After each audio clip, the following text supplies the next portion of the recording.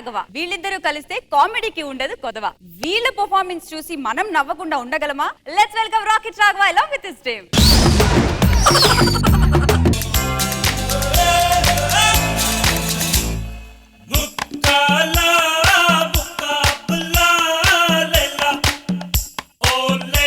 నమస్తే సార్.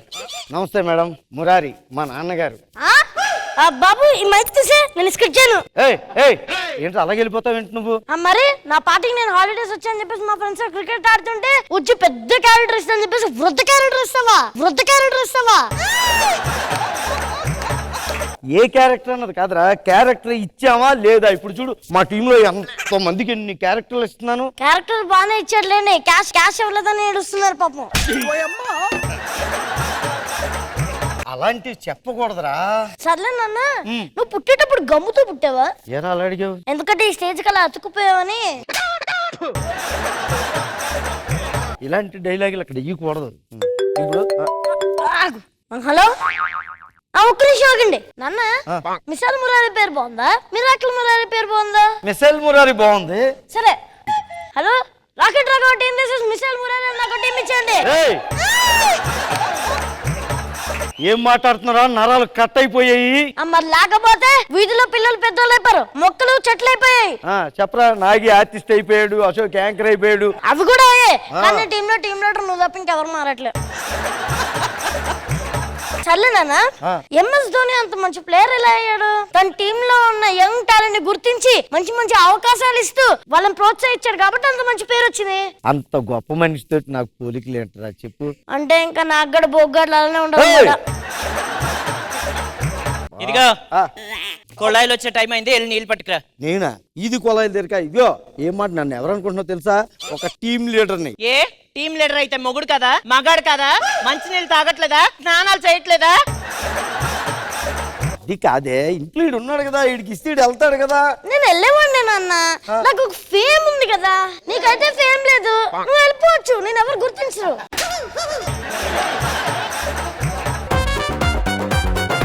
ఇంకా కొలాయి రాలేదు, ఇంకా చాలా టైం ఉన్నట్టుంది. అశోక, ఇదిగో లొకేషన్ షేర్ చేశానమ్మా, అక్కడికి వచ్చేసి స్కిట్ ప్రాక్టీస్ చేసుకోవాలి అంతే. ఉంటాను.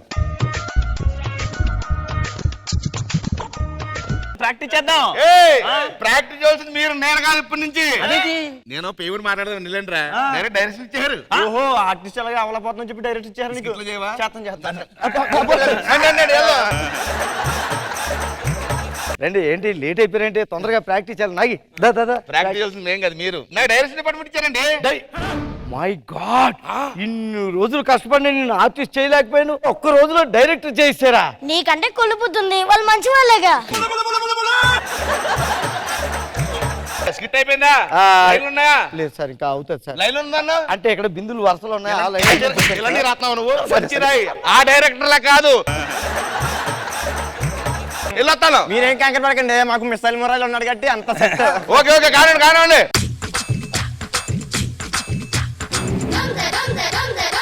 ఎంత దౌర్జన్యం ఏంటరా మరి? అశోక, నా బింది తీసి ఆల బింది పెట్టారేంటి? అమ్మోయ్, బిందు చేసేవేంటి? ఈయన పెట్టుకున్నాడు కదా. ఎప్పుడు వచ్చినా ఫస్ట్ అదే మా బిందే. ఎప్పుడు నన్ను గుర్తుపట్టలేదు, అది సంగతి. ఇప్పుడు చూడు, చలాకి చంటి గారు కదా మీరు. చంటిని కాదు రాగమని ప్రతి వాళ్ళు ఇదే చంటి గుర్తుపట్ల. ఏం చూస్తారు స్కిట్లు మీరు? అర్థమైంది, జాకెట్ రాఘవ్ గారు. బాగుంది కదా పేరు.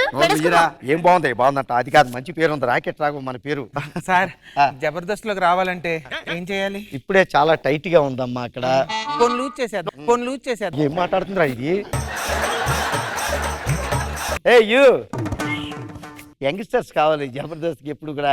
ఇదిగా జబర్దస్త్ లో యాంకర్ పోస్ట్ క్యాండీ కొంత చేస్తావా నువ్వు? చేస్తానండి. అసలు సిరికన్నా ఫస్ట్ నిన్నే యాంకర్ చేద్దాం అనుకున్నాం తెలుసా. పాప కూడా నీ సైజు లో చేయించాం, తొందరగా వచ్చి ఆవిడ కూర్చుండిపోయింది అక్కడ అంతే. యాంకర్ అంటే చాలా హుషారుగా ఉండాలమ్మా, డాన్స్లు వెయ్యాలమ్మా ఫస్ట్. ఇది డాన్స్ ఇద్దరం ఒకసారి వెయ్యండి అమ్మా, డాన్స్ చూద్దాం. అత్తో అత్తమ్మ కూతురో మెత్తంగా ఎత్తు వేసేయమంతిరో, చిత్తో చిట్టమ్మ కూతురో మతంగా సత్తా చూపించమంతిరో. నువ్వు వచ్చామంటే ఇంకా కొలాయి రాలేదురా. డాన్స్ నేర్చుకున్నావేంట్రా? వీళ్ళు పాపం జబర్దస్త్ లోకి ఆర్టిస్టులుగా ఉత్సాహం చూపిస్తుంటే ఇవ్వాలి కదా, కొలాయి రాలేదు. ఈ లోపు ఓ పెద్ద కొలాయి. నీ టీమ్ లో ఉన్న ఆర్టిస్టులని వాడుకోవడం చేత కాదు.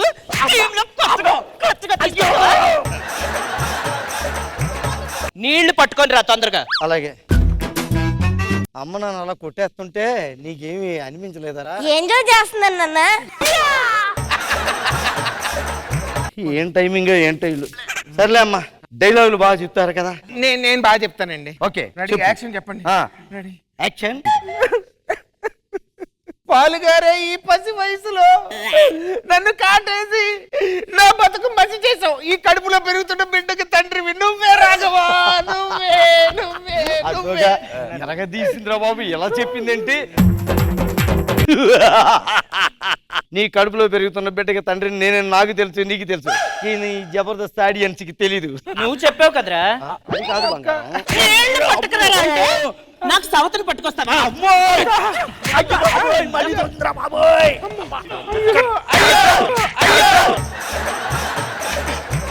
ప్రాక్టీస్ మమ్మల్ని పిలిచి మీరు చేస్తారేంటి సార్?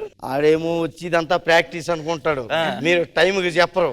ఏమండి వస్తావు నువ్వు ఇంకా ఏమండి ఏమండి అనుకుంటానా? రే, ప్రాక్టీస్ ఇంకో దగ్గర పెట్టుకుందాం, పదండి. సార్,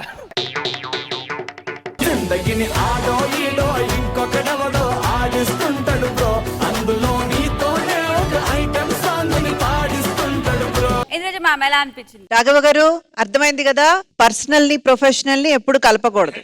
కలిపితే ఇట్లా ఉంటది. మరి భలే ఉండిందండి. నాగి గారు మీరు రావడం హ్యాపీ, చాలా చాలా బాగా అనిపించిందండి.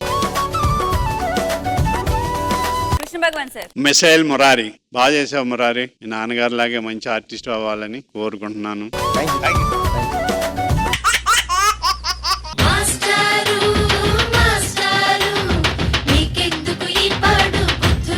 కాదు నిన్న ఎందుకు రాలే? మా అక్క నీళ్ళు పోసుకున్నా సార్. ఓకే వెళ్ళు.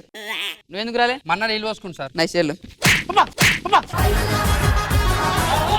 అటెండెన్స్ బుక్ ఎదురా? మేము ఇద్దరం తీసుకొస్తాం.